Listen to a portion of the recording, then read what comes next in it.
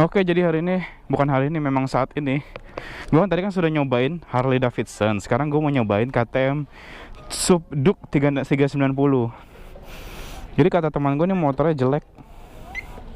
Bukan yang jelek sih, sebenarnya bukan jelek sih, katanya kayak nggak enak gitu karena memang ya motor sewaan lah. Tadi tiketnya mana? Oke. Jadi kalau kalian nonton video yang review yang Adventure 390 Adventure, dia tuh screennya memang sama. Keluarnya mana ya? Kanan kali ya, kanan. Oke, KTM 390 bukan Adventure, lupa anjir. Adventure terus yang gue kepikiran 390 Duke. Dan ini Duke biasa, bukan Super Duke. Kalau Super Duke itu cuman yang 1290. Kalau yang ini cuman Duke biasa. Nah, ini kan motor sewaannya kan dapat dari Butler Bikers Bali. Seingat gue ya namanya itu ya. Gue nggak tahu banyak tentang motor ini. Cuman kalau yang dari pertama gue ngerasakan sih posisi kaki gue kayak nekuknya nggak enak sih ya. Kayak aneh gitu rasanya. Dan kata si yang punya, kemarin pas dicobain tuh rantainya itu kayak ngelos gitu, sedikit ngelos. Terus orangnya bilang katanya, oh iya itu biasa kok. Jadi gue nggak tahu beneran itu memang kayak gitu atau enggak. Seharusnya sih enggak ya. Masa rantai ngelos sih itu normal. Dan koplingnya nggak enak. Koplingnya enteng. Ini berarti enak buat daily. Cuman dia tuh jaraknya panjang, tapi yang berguna cuman jarak pas udah mau akhir doang nih, di sini doang.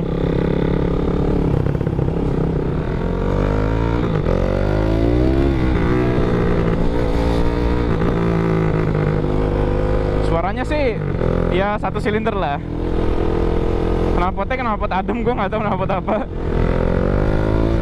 Tapi mesinnya kasar suaranya, kayak Ducati. Ini cuma Duke doang, bukan Ducati. Jadi dia tuh nggak beda jauh juga sama 390 Adventure. Spionnya aja sama, screennya sama, bodinya ada sedikit sama. Tapi yang 390 Adventure shock depannya bisa diganti rebound sama compoundnya. Cuman yang ini nggak bisa. Cuman yang bagus dari motor ini nih guys, yang gue suka dari motor ini tuh nggak banyak. Tapi memang modelnya sih gue suka, Kayak lu lihat di bodinya sini, ini tuh kayak ada bentuk lancip gitu. Bentar ya, ini lancip segini, lancip gitu, kayak gue suka bentuk kayak gitu. Terus gue juga suka tempat duduknya tuh ada motif-motifnya gitu, kayak biasa di KTM yang lainnya juga ada kayak gitu kok. Nah, habis itu gue juga suka dengan screennya, yang paling gue suka. Tombol-tombol di kanan sih gue nggak suka ya, karena tombolnya gede banget, tombolnya cuma 2, kill switch sama buat nyalain motor. Kalau yang kiri gede-gede masih mending lah. Nah, dia ngelos tadi, nggak tahu kenapa, gara-gara rantainya palingan. Kalau tombol yang kiri gue pencet ke set, itu gue bisa ganti-ganti. Coba tapi nanti aja deh, sekarang kita lagi di jalan. Kalau gue pencet atas, wow, apa-apaan ini nih? Tutorialnya atau apa ini? Wow, guys, ternyata kita kayaknya bisa dengerin lagu deh di sini deh guys. Ini tulisannya audio loh guys. Gile. Sampai ada lagunya, menitnya, pause sama apanya. Kalau gue pencet bawah, general info. Dan sama kayak KTM 390 Adventure itu, dia tuh kayaknya kalau mau ganti pencet atas dan bawahnya tuh dari menunya. Yang tadi pencet setting. Itu dia. Oh, yang ini KTM MyRide udah kebuka. Oh, anjir. KTM MyRide itu isinya audio sama pairing. Oh, audionya doang yang baru kebuka, pairingnya nggak bisa tuh guys. Ya udah, nanti deh gue kasih tahu dah. Walaupun gue nggak tahu juga banyak tentang motor ini. Yang gokil dari KTM sih teknologinya. Suka banget gue. Teknologinya campuran ke screennya. Cuman yang gue bingung juga di KTM ini kenapa sih sama kayak 390 Adventure, kenapa nggak dibuat 400 cc? Tapi mungkin kalau di Indo ya, atau mungkin kalau di luar negeri juga ada yang kayak gitu. Moge itu kan 400 cc. Jadi KTM mungkin di negara mana cc-nya 300 itu kehitung Moge kali atau apa gitu. Tapi kalau di Indo kan 400 cc kehitung Moge, dan ini kurang 10 cc lagi buat parkir di parkir khusus Moge. Tapi kadang kok ada kok yang moge yang 250 cc. Parkir khusus moge 250 cc ke atas. Berarti ZX25 gue kayak kehitung. Oh, kata teman gue nih motor kecil banget guys kalau gue yang pakai guys. Jadi itu tapi memang bener sih guys, karena motornya kelihatan kecil juga pas gue dudukin. Gue ngerasa mungkin gara-gara yang tadi gue bilang screennya terlalu ke bawah, itu gara-gara gue yang ketinggian kali. Oke, ini gue kasih tau nih, ini gue pencet set. Ini buat Artsbox kembali ya. Ini KTM Mirai tadi, ini info buat general info trip 2 trip 3 warning. Motorcycle. Ini ABS ada off road sama supermoto. Gue nggak tahu ya supermoto apa ya. Gue juga belum ngeliat-liat. Setting itu ada favorit, quick selector 1, 2, preference, nah Bluetooth, shift light, clock date, DRL, units, language, service, extra function, certification. Wow, ini motor memang banyak ya. Yang sekarang sih ada di phone signal, ada battery, full range, konsumsi, date, trip, nope.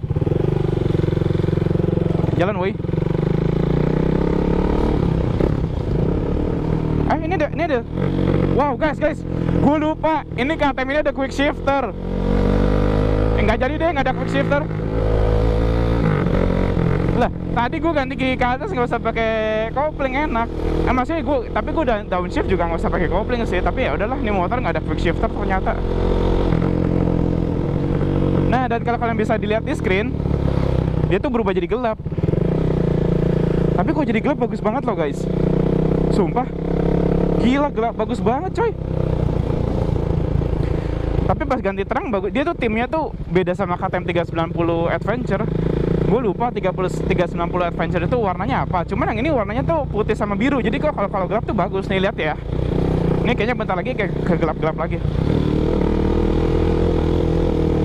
Dan dia ngubah ke gelapnya langsung tuh, bisa dilihat tuh. Awas, hati-hati. Tuh gila bagus banget guys. Ini motor top lah. Nyata KTM lebih bagus daripada yang gue pikirkan.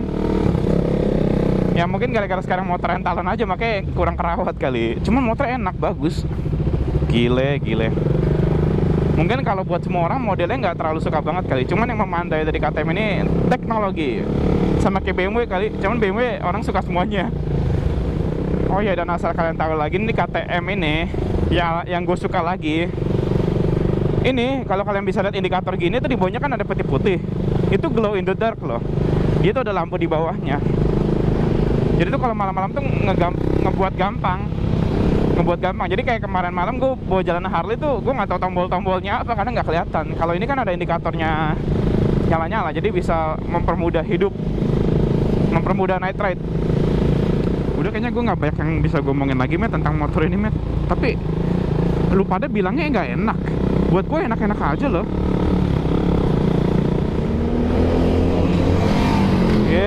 Mentang bawa Harley nggak usah belagu dah. Makanya gue udah bilang Harley suka gampang netral.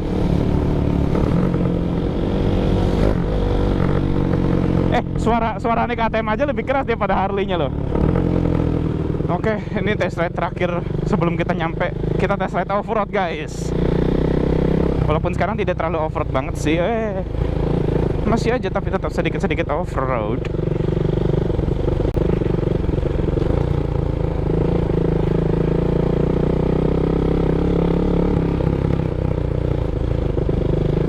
Sudah, off-roadnya segitu saja guys. Dan videonya juga segitu saja. Jadi makasih yang udah mau nonton sampai akhir tentang test ride KTM 390 ini.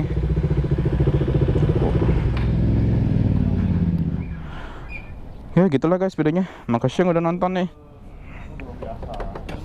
Thanks for watching. Masa tadi mau itu nyamping keluar jalur. Ya ginilah motornya. Dari outside gue kekecilan buat motor ini. Tapi lampu depannya bagus lah.